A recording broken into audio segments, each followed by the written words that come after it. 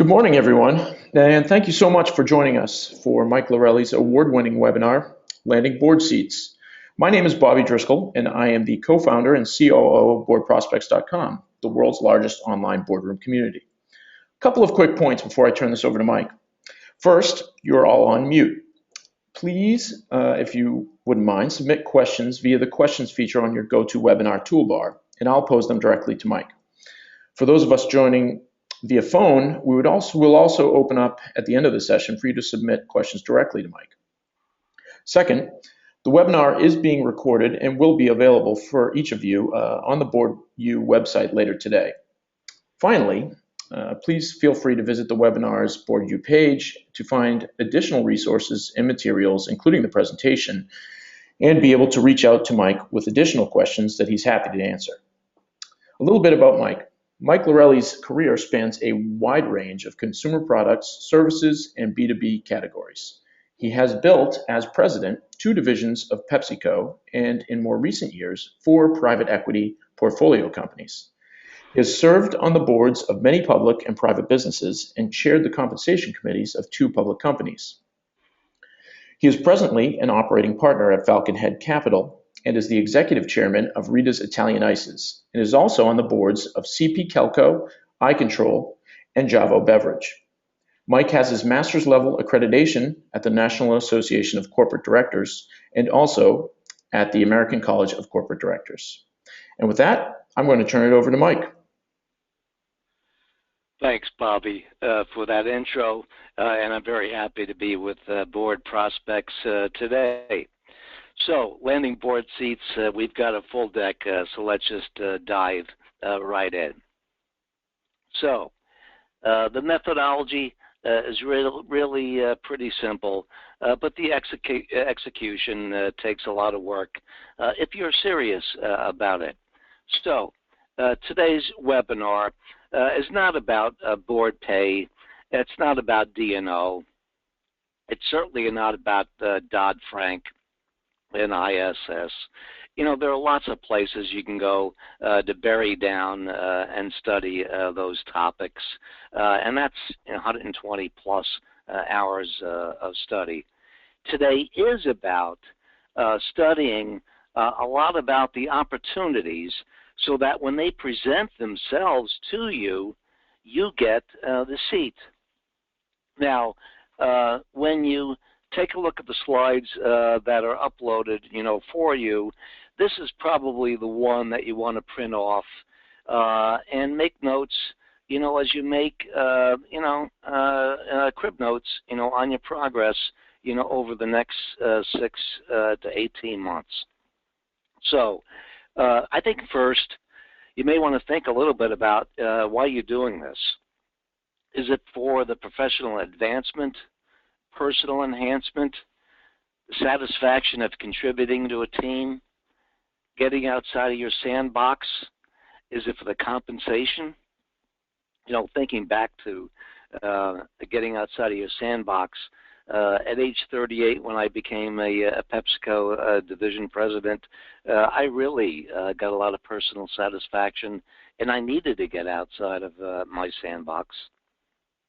On the nonprofit side, the satisfaction of giving something back as you get into your 50s and 60s, segueing away from CEO assignments, life stage management. You're going to be asked.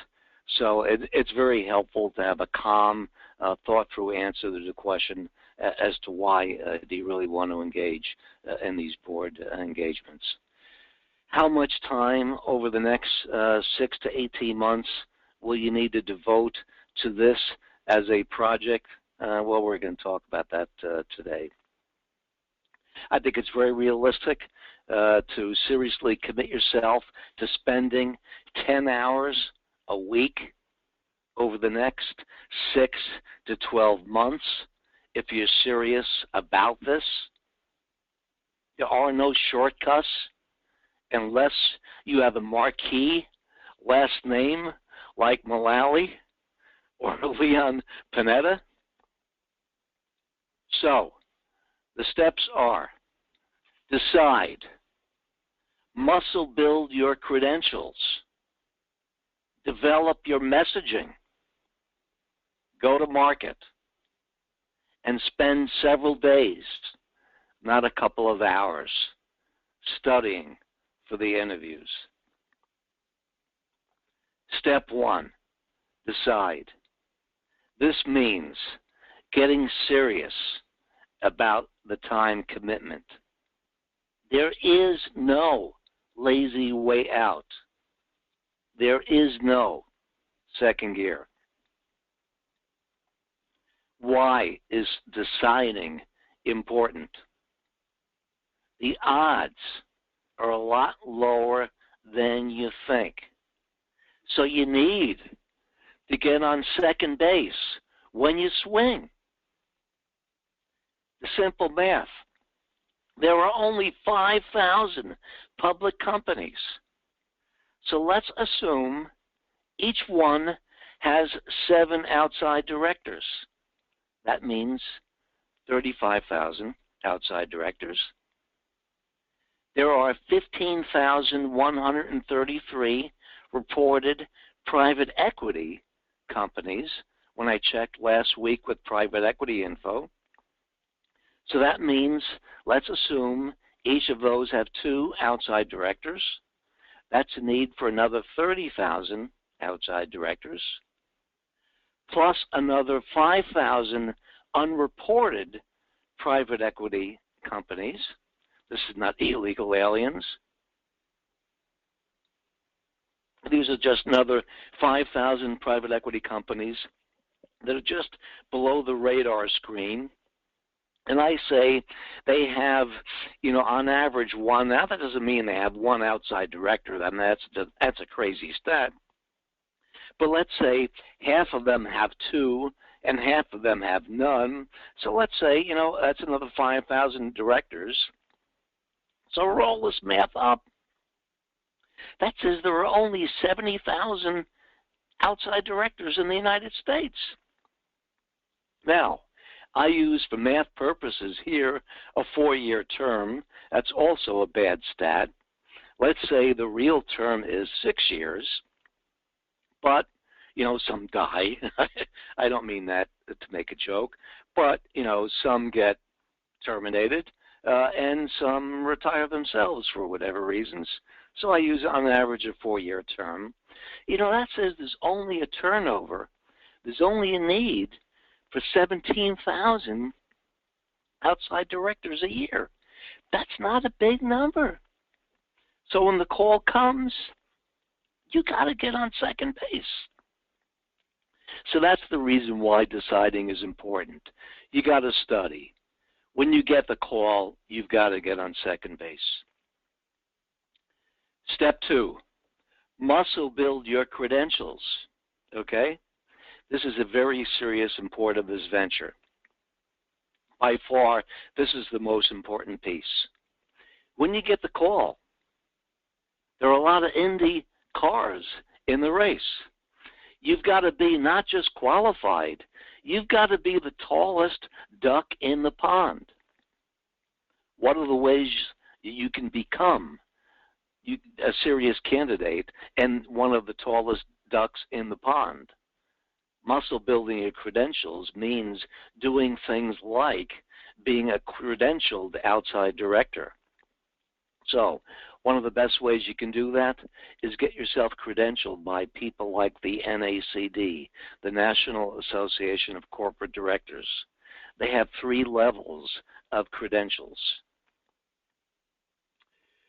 So with the NACD, there are several levels, and I'll get to that in the next slide, which I'm going to jump to, and then I'll come back. They have what they call the Board Executive Affiliate. This means you're not presently on a board. You pay a fee of $600. You can attend all events, all functions. They have their Governance Fellow level, $750, okay? For this, you need to attend their 1-day Director Foundation course, plus get 4 course hours. They have their Leadership Fellow level, which is kind of like their Master's level, For that, you have to get 6 course credit hours plus 4 collaborative credits, which means you've got to do, 4 sessions in person. It typically means go to their chapter meetings. This is really, really good stuff. NACD is by far, the highest credentialed organization. I'm going to go back just a slide here. You can print this out from the slides on the website. So NACD is one credentialing organization. Another is the Corporate Directors Group, also known as the American College of Corporate Directors. So here are the kinds of things you can do to get credentials. Another thing you might do is consider a coach, and coaches are also very much worth the money that you might spend. So muscle building your credentials, is a very important thing that you really should consider. NACD is at the top of my list. American College of Corporate Directors is the second on my personal list. Back to the American College of Corporate Directors, and these things are very, very meaningful, and they are read. In the case of the American College of Corporate Directors, here is the language that's inserted in proxy statement. Your name holds a professional director certification conferred by the American College of Corporate Directors, a director education and credentialing organization. This is the kind of language that would be in a proxy statement. This gets read, by investor groups. This gets read, by ISS. This is proxy language. It means something. Step 3, develop your messaging. What do I mean by your messaging? Your messaging includes your board resume. Your board resume is different than your resume. Your board bio is different than your bio. We'll talk about these points in a couple of slides. Your value proposition. By this I mean you need a generalist story which you need to build. You need an individual story for each interview that you go on. I'm not a big fan of doing snail mail and emailing to recruiters and the like. You may feel you want to do this. Okay. We'll talk about what a snail mail might look like, what an email letter might look like in a couple of slides. Your LinkedIn profile, very, very important. Your compelling elevator speech, very important. We'll talk about this in a couple of slides. So these are the kinds of things I mean by developing your messaging, your individual profiling. But at the end of the day, it all comes down to what do you want to talk about? Why you want me to be on your board? Also think about getting on that first board. And sometimes this isn't easy. Sorry to interrupt. Sorry to interrupt. We have a couple of questions here, and I tried to catch you before you got to the next slide. The first one is from Professor Bill Judge, and he's actually got the question of how does one get a call? Yep. So we are going to talk about this in a couple of slides. And LinkedIn is by far the first thing you can do to get that first call. LinkedIn has gone from 0 to 60 overnight. It's by far and away the best way that recruiters find you to be a C-level candidate, a CEO-level candidate, and now even a board-level candidate. I am on one of the boards I am now because I was found as a board candidate by a CEO who was looking to add a board member. I am now a candidate to be on another board because I was found because of my LinkedIn profile. So I think that's by far the single best thing you could do. Excellent, thank you. And then the next question is posed by Alexander Shermansong, and he requests, from a recruiter perspective, does it make a difference which credential level you get? I don't think so. I think being part of a good credentialing organization is singly the most important step. I'm not sure that being master's level makes enough of a difference. I do it because it's important to me personally. Thank you, Alexander, for that question. Great. Thanks. Good. So a profit board to me is an important building step. I remember when I was in college, I got rejected when I applied for a credit card, and my dad said, "Hey, Mike, go apply for an oil card. Go apply to Shell. When you get that card, go back and apply for a credit card. At least you've got a credit card now." And he was right. I went back and I applied for a credit card after I got approved by Shell, and then I got a credit card, and then I went back and I got a couple of other cards. So, swallow your pride. If that's a way to, get on your first board, that's a first step that you may need to do. And if that's a way to get on a first board, if possible, shoot for a larger, national nonprofit. That's okay as an important first step. So, other things to consider. What's particularly important today for boards? Sitting CEO, will always be in vogue. Other hard credentials. If you've got audit experience, if you're qualified to be a audit committee chair, even better. I'm not so sure that anybody wants to do that. It's an awful lot of work.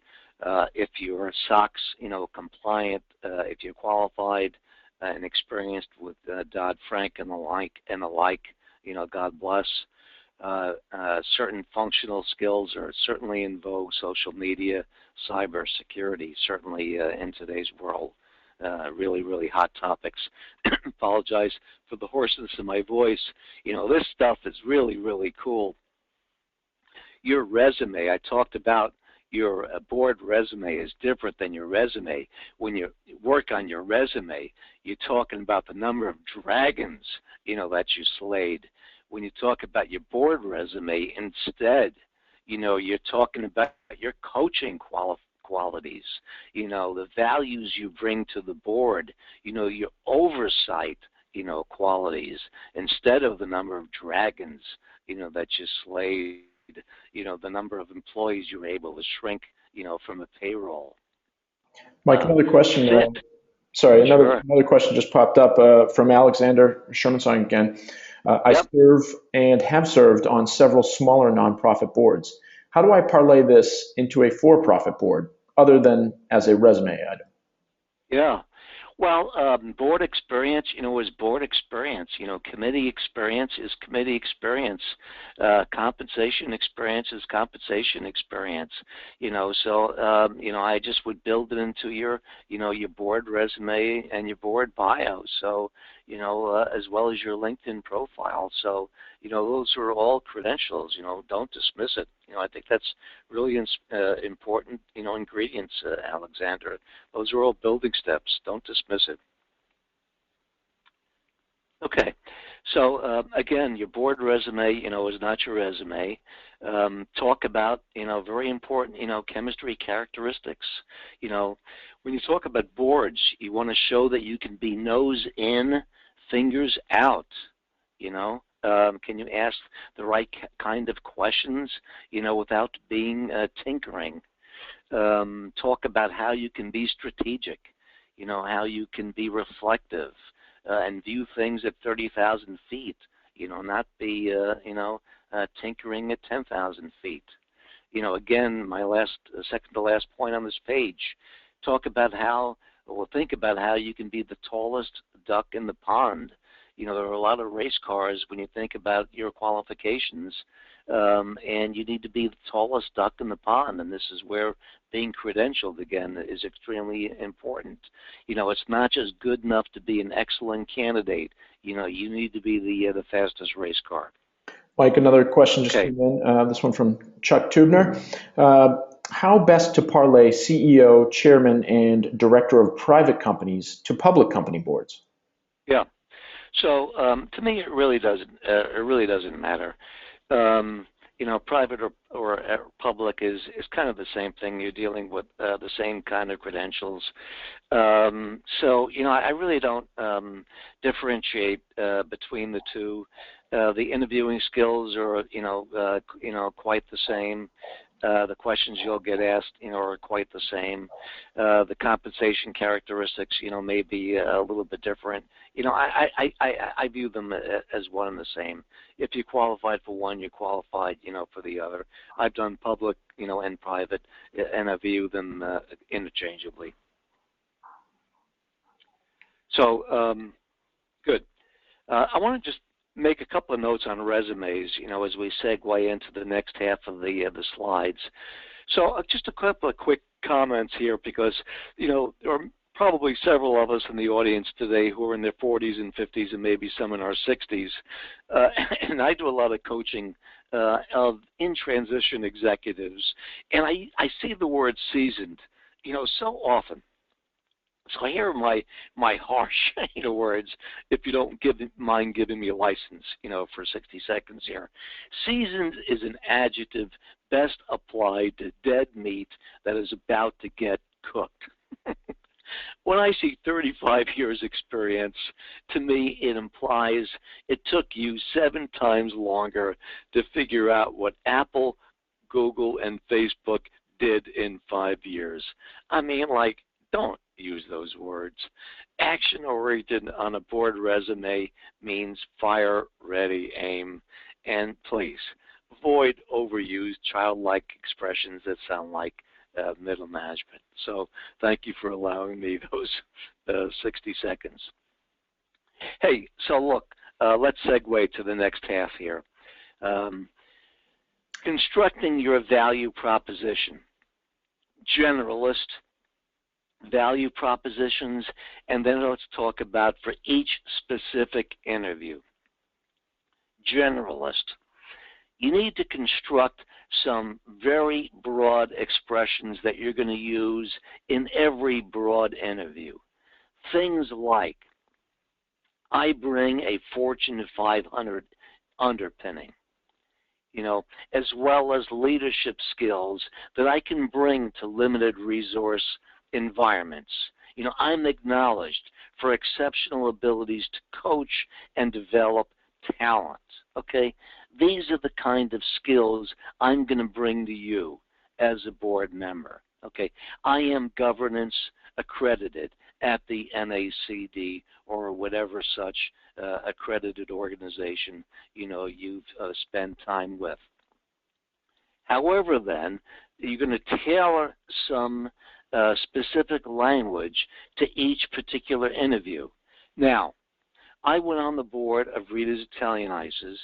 They already knew me, and they knew that I had built out Pizza Hut's international footprint in the 90s, back when PepsiCo owned the restaurants, and they acquired Rita's Italian Ices, they being Falconhead Capital, and they had interest in building out Rita's international footprint. So in this particular case, they knew me, they knew that I had that particular skill, and they asked me to go on the board. Now, had they not known me and blah, blah, blah, blah, I would have walked into that interview and I would have had that one particular sentence, this next sentence, and I would have worked this next sentence in toward the end of the interview. I would have calmly said toward the end of the interview, you know, I think I could add a lot of value to your board because I know both the quick service restaurant business and the international space. And I think I could be a good sounding board to their global footprint ambitions. That's the kind of value proposition you want to be able to construct and just kind of work in very calmly, very confidently toward the end of an interview. That's what we mean by a specific value proposition as opposed to a more generalist value proposition. That's the single most important thing you can do in a board interview.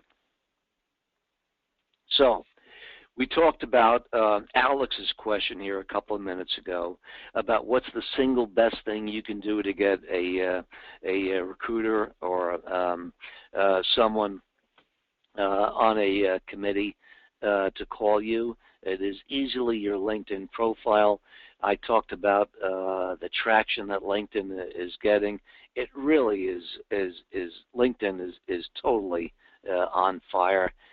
I really think that over 35% of outside directors today are found by recruiters, by way of their LinkedIn profile. And even if they're not finding you there, and they've got your resume or they know you by some other means, they're going to go look at your LinkedIn profile anyway and just see what it says. So I think it's very important. And you want to do things on your LinkedIn profile to make it sticky. So I have spent time actually trying to reverse engineer the LinkedIn algorithm. And I have kind of figured out that in the LinkedIn algorithm, when it's trying to find matches, the two pieces of real estate that are most important, this is not terribly surprising, are the 3 lines under your name and then the summary section. So I'm going to use as an example RSR Partners, a terrific search practice founded by Russ Reynolds when he left his own firm, Russ Reynolds Partners. He founded RSR Partners in Greenwich, Connecticut. And he originally found it to do nothing but board engagements, but now he also does C-level work. When he gets engagements, he uses keywords with his partners, and he uses keywords to find matches. And a junior search person typically uses keywords, and they unearth about 100 profiles, and then they skim through 100 profiles, and then they, kind of figure out which people do they want to do telephone screens with. So, in my own LinkedIn profile, my profile is optimized not to find CEO engagements. Mine is optimized because I do want to hear about quality board engagements. So what have I done here? If you look at the 2 or 3 lines under my name, it says operating partner at Falconhead Capital. Well, that's kind of me. It says CEO. Well, that's kind of me. It says outside director. I do want to hear about outside director engagements. It says private equity. Well, that's kind of me. It says portfolio company CEO. Well, that's kind of me too. So what this does is it makes sure that as people are searching for outside director engagements, that are typically private equity space, I want to hear about those. If you look at my summary section, it says as a CEO, a certified outside director, a private equity partner, that's my day job. Mike builds enterprise value, blah, blah, blah, blah, blah, blah. Couple of blocks down, it says accredited outside director. Mike's track record has made him an attractive outside director, blah, blah, blah, blah, blah, blah. So what I've done here is, as I mentioned earlier, in the LinkedIn algorithm, the 2 prime pieces of real estate where it's looking for matches are the 2 or 3 lines directly under my name. I've made sure that outside director are prominent, in those 2 spaces, in those 2 lines rather, as well as in the summary section. I've made sure that outside director are prominent, in those areas as well. One separate point I want to make sure here that you see is that in LinkedIn, in the 2 or 3 lines under your name, you've got to make sure that in those 2 or 3 lines, you separate the keywords by what are called spike bars, those vertical bars. A lot of people make the mistake here in punctuation by using commas, or other syntax. That's the wrong thing to do. You want to use what are called spike bars or these vertical bars. That's the right way to separate your keywords here. So that's the right way to use LinkedIn. The fourth step is going to market, and I'm going to pick up the pace here a little bit here. We talked about board stickiness in your LinkedIn profile.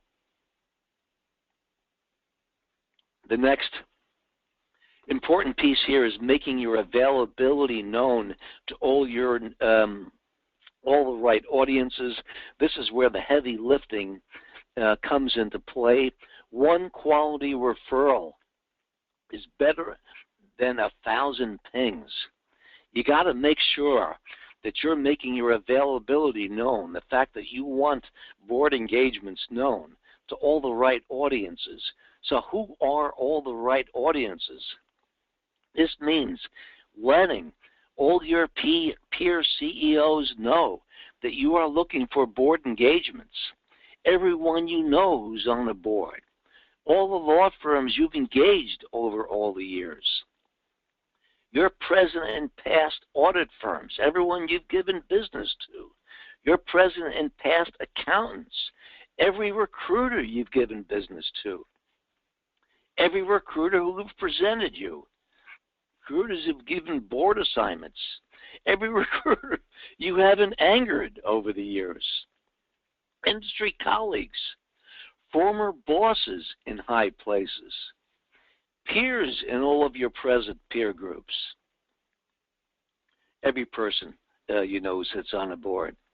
Now, this you may sit back and say to yourself, hey, Mike, I'm not going to call somebody out of the blue I haven't talked to in 5 years. They're going to say, hey, Bobby, it sounds to me, like you've just been fired. I haven't talked to you in 5 years. Why are you calling me? Wait, what? Well, have I been fired? Here's a way to get around this.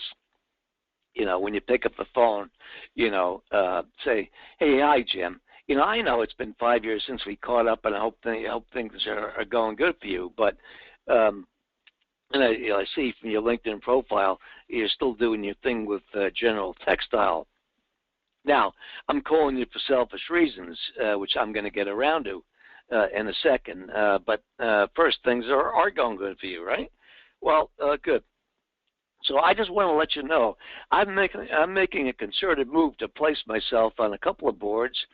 I've spent a lot of time beefing up my board credentials, and I'm making my interest known, to a couple of people I know, like you, who may be on occasion, in the crosshairs, of hearing about board needs. So, I just wanted to let you know that I'm now board credentialed at the XYZ, and, here's my elevator speech. That's the kind of way, to, break the ice and, pick up the phone and talk to someone, and reacquaint you haven't talked to in 5 years. So that's kind of a suggestion. Now, if you really are, a little bit anal and, kind of hard-nosed about this and, really serious and trying to go from zero to bright and kind of get yourself landed on a board or two in 6 or 9 months, you might, say to yourself, well, I'm going to be serious here and, make X number of calls today and complete, Y number of calls today. But, that's the way to get this thing done if you really want to, land on a couple, in 6 or 9 months. So kind of coming full circle here. The steps are, make a serious decision. You got to decide to decide. You got to muscle build your credentials. And if you do things like the NACD, and, get on first base with their credentialing, it takes some time to build their credentials, build your course hours, attend their webinars and seminars and go to chapters meetings, that takes 6-9 months, to get there. From here, it takes time to sit down and, develop your messaging and, go to market, and make these phone calls. It takes time to get there from here. Okay, we still got a lot of material to go. Now, think through answers to a lot of these questions. What are your objectives for the board? What are your expectations for a new director? What would your unique contribution be? What's the most interesting experience you've had as a board member, either for a profit or a non-for-profit board? Both count. This is a really interesting question. I got hit with once. Were you ever considered for a board but not selected? What's your core expertise? What's your time expectation and limitation? What committee do you think you'd be best suited for? Which one do you think you'd be least suited for? I'd be pretty understated, in your answer for that one. I always say, I've been on a couple of audit committees, but candidly, I don't consider myself qualified, even though I've been tasked to be on one, and I think I perform well. But candidly, I don't think I'm terribly qualified. I think it's always need to be pretty understated. How would you deal with a difficult board member you don't agree with, particularly when suicide is not an option?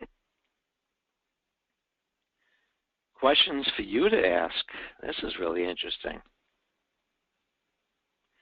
Describe the skill sets of the existing board members. What skill or experience gaps are there?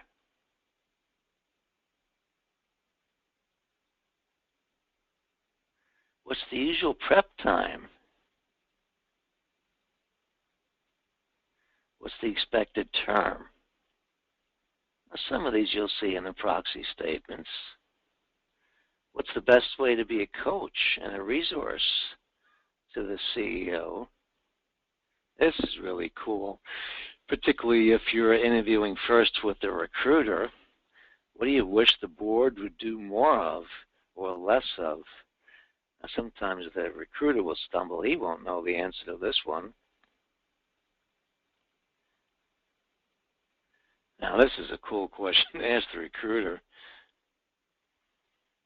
What should you tell me now so a year from now I don't go back and ask you, why didn't you tell me that?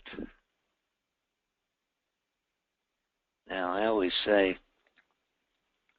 you really got to prep for these meetings, and it really takes several days. It's not several hours. The big mistake a lot of people make, I think, it's several hours. And, of all the things you can read, aside from all the obvious, if it is a public company, as one of you asked earlier, probably the best thing is to listen to the last analyst call, and usually the last one is still on the website. And it's just interesting to pick up on the terminology, the lingo, how they refer to the competitive companies, the terminology they use, how the CEO, refers to the competition, the lingo, the terminology, the nuances in his voice when he's talking about the competition. There's just an awful lot to pick up, in the analyst calls. They may be on the website. Analyst presentations and the like. Just a lot of good stuff, particularly for public companies. But seriously, there are 3 days of prep, not 3 hours. Now, in terms of being the tallest duck in the pond, these next few slides are easily the best thing that you can do to separate yourself from a dozen other candidates. These next few slides are the best things that you can do. And I call this conduct your own skills map. So here are a few real world examples. I was a candidate to go on the board of AeroGrow, a mail order company of garden products, tomatoes, vegetables, all this kind of cool stuff. So I got a call from a recruiter, And I spent several days interviewing for it. There was a lot of stuff on their website. So I went on the website and I studied, and I kind of said to myself, what are the skills this company needs to succeed?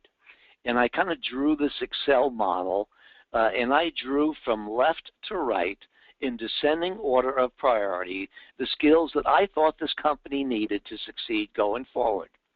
And I said, number one, it needed marketing and direct-to-consumer skills, D2C skills, okay? That was number one. Second, it needed terrific sales skills. Third, it needed operations expertise. Fourth, it needed finance skills. Next, it needed leveraged company skills. Next, it needed international. Next, it needed governance. Next, it needed the science of this grow technology. Then I plotted on the y-axis the people in the company and on the board, the VPs and the company's board of directors by first name on the y-axis from top to bottom. So I can't remember now, but this guy Michael, he was either on the board or he was one of the VPs. And Michael, I thought, had the skills, very high grade, followed by Randy, followed by Mitchell, followed by John, followed by Jerry. Okay, in descending order of he had the skills in spades or he had it less so. Jerry had at least. Okay, so there was my skills map. And the yellow boxes where there is where I highlighted where there were gaps in what the company needed but didn't have it didn't have it so much. So you could see this yellow gap. There wasn't a lot of sales skills in retailer. There wasn't a lot of lean manufacturing skills in operations. International, there was nobody. Governance, there wasn't a lot. So that was that. So when I interviewed with the recruiter, I kind of showed this, and he said, boy, Mike, this is kind of interesting. Then, and this was a little Machiavellian, on this next slide, I kind of slotted in my own name where I thought I could contribute to this team as a board member. Mike L., that'd be me.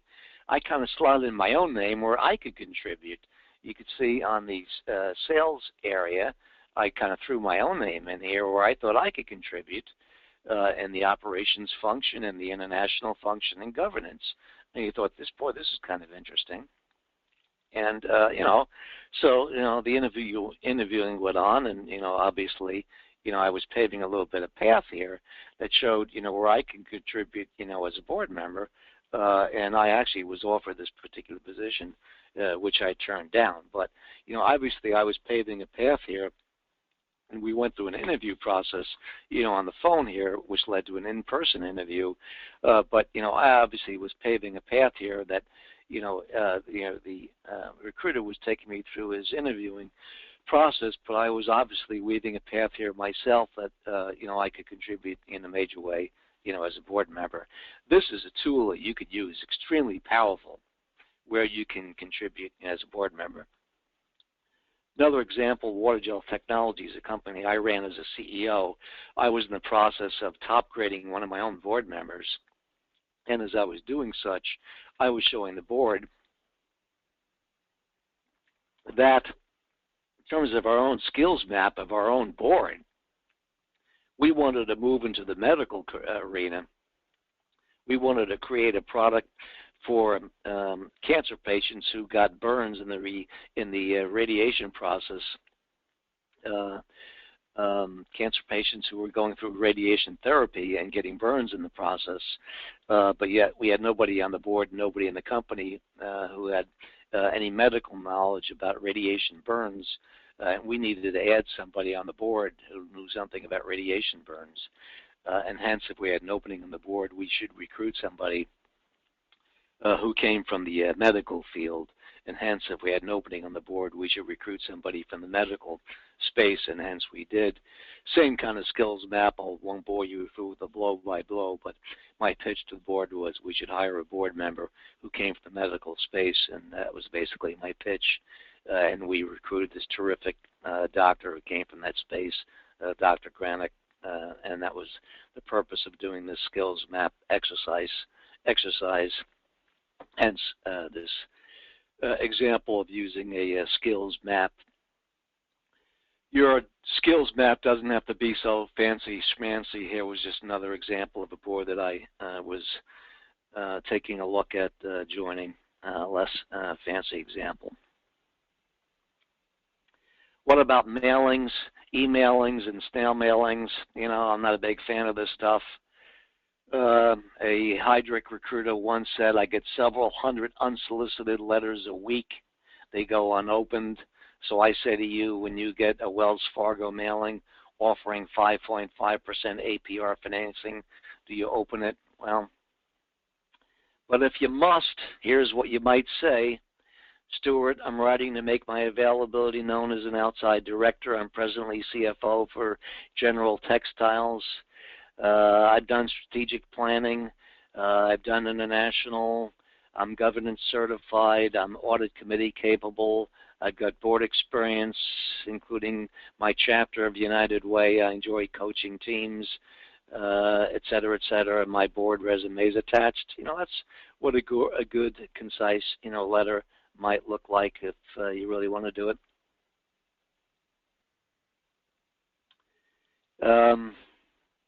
So being visible is important. Writing articles is important. Few words on board time. It's a lot of time. This is a Spencer Stewart survey. Compensation, these are stats you can look at later. Before you sign, make sure you check out the D&O insurance. Again, my roadmap, please print this out.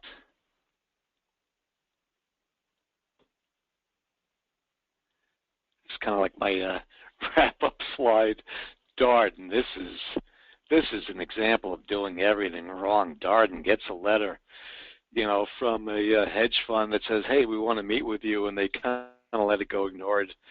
They get a follow-up letter saying, hey, we now own 4% of your shares. Well, and we want to have a meeting with you. So they gave them a meeting, and they kind of dusted it off, and they said, well, they get a follow-up letter saying, well, you know, we're serious now. And so Darden finally gave them a more serious meeting and said, well, we're going to early retire our CEO, and they kind of dusted them off. They get a follow-up letter saying, well, you know, we're sending our PowerPoint presentation, 140 slides, to all of your shareholders, announcing our slate of 12 directors, and you know, lo and behold, the shareholders ousted all 12 directors, and the group replaced the entire board. So lots of interesting going on in board groups. So we kind of raced through LinkedIn. I suggest you slow down if you are board serious. Do take a look at my LinkedIn profile for other suggestions. I am also happy to take your email questions because we only have about 4 minutes left here. I do want to put a very serious plug in for board prospects. There are many board organizations out there.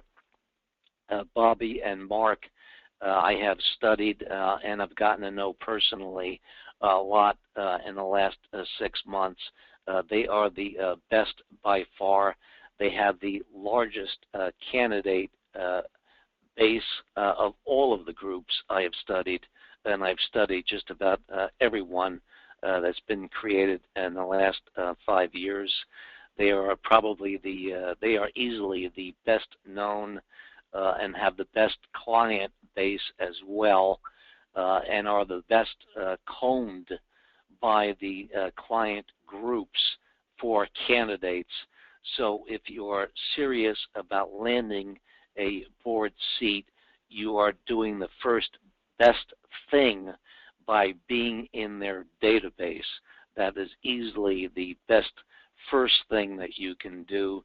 I'm glad they've got all the good, rich things they are doing on their website and doing lots of good client services by offering webinars like this particular one.